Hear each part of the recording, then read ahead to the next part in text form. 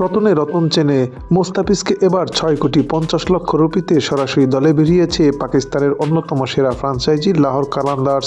বিস্তারিত জানতে সম্পূর্ণ ভিডিওটি দেখুন।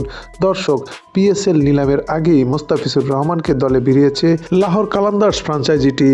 পাকিস্তান সুপার লিগের দলটি আজ সামাজিক যোগাযোগ মাধ্যম বার্তায় জানিয়েছে, এবারের আসরের জন্য বাংলাদেশের বাঁহাতি পেসারের সঙ্গে সরাসরি চুক্তি করেছে তারা।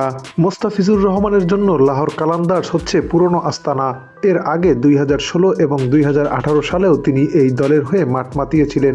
দীর্ঘ বিরতির পর আবারও তিনি দলটির জার্সি গায়ে জড়াবেন। চুক্তি অনুযায়ী তাকে ৬,৪৪,০০,০০০ রুপি পাকিস্তানি টাকা দেওয়া হবে, যা বাংলাদেশি মুদ্রায় প্রায় ২,৮০,০০,০০০ টাকা।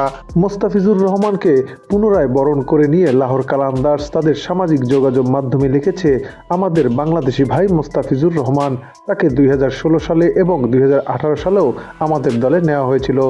এখন সরাসরি চুক্তিতে আবার আমাদের দলে ফিরে এসেছে তিনি। প্রসঙ্গত, আগামী ১১ই ফেব্রুয়ারি পিএসএল এর নিলাম অনুষ্ঠিত হওয়ার কথা রয়েছে, যেখানে দলগুলো তাদের চূড়ান্ত স্কোয়াড গঠন করবে। তবে নিলামের আগেই রিটেনশন ও সরাসরি চুক্তির নিয়ম কাজে লাগিয়ে লাহোর কালান্দার্স তাদের শক্তি বাড়িয়েছে। মোস্তাফিজুরের পাশাপাশি দলটি তাদের বর্তমান অধিনায়ক শাহিন আফ্রিদি, প্রধান ব্যাটসম্যান আবদুল্লাহ শফিক, জিম্বাবুয়ের অলরাউন্ডার সিকান্দার রাজা এবং তরুণ ব্যাটসম্যান মোহাম্মদ নাইমকে রিটেনশন নিয়মে ধরে রেখেছে ফ্র্যাঞ্চাইজিটি।